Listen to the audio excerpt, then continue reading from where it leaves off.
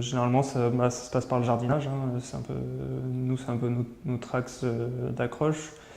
Donc en fait, c'est assez simple. On repère des lieux ou des points stratégiques et on va y jardiner. Donc un point stratégique, on essaye quand même de viser, d'avoir, là par exemple autour de la COP21, de viser des lieux un peu symboliques.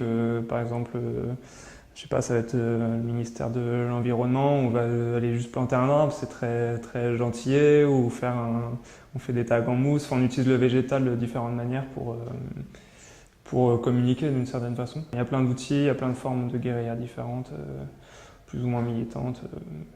Enfin, vraiment, il y en a pour tous les goûts pour passer à l'action. Moi, j'ai été assez déçu de mes études en tant que jardinier au début, où c'était super conventionnel justement, où on nous apprenait à fonctionner avec des engins, avec comment on fait pour faire nos mélanges d'engrais, de pesticides, etc.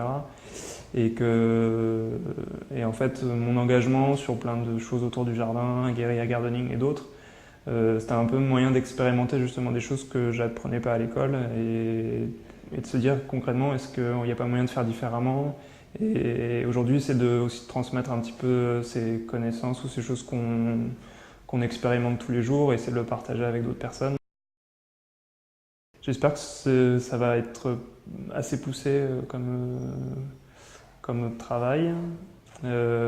J'espère que ça va aussi permettre un peu de se rassembler un petit peu, parce on est entre collectifs, associations, on est un peu sur la même longueur d'onde, mais il y a quand même des choses moi que je défends, que d'autres défendront pas, mais c'est super bien de pouvoir en parler justement dans des événements comme ça. Une chose qui sera bien aussi à terme, c'est de pouvoir passer sur de l'action aussi.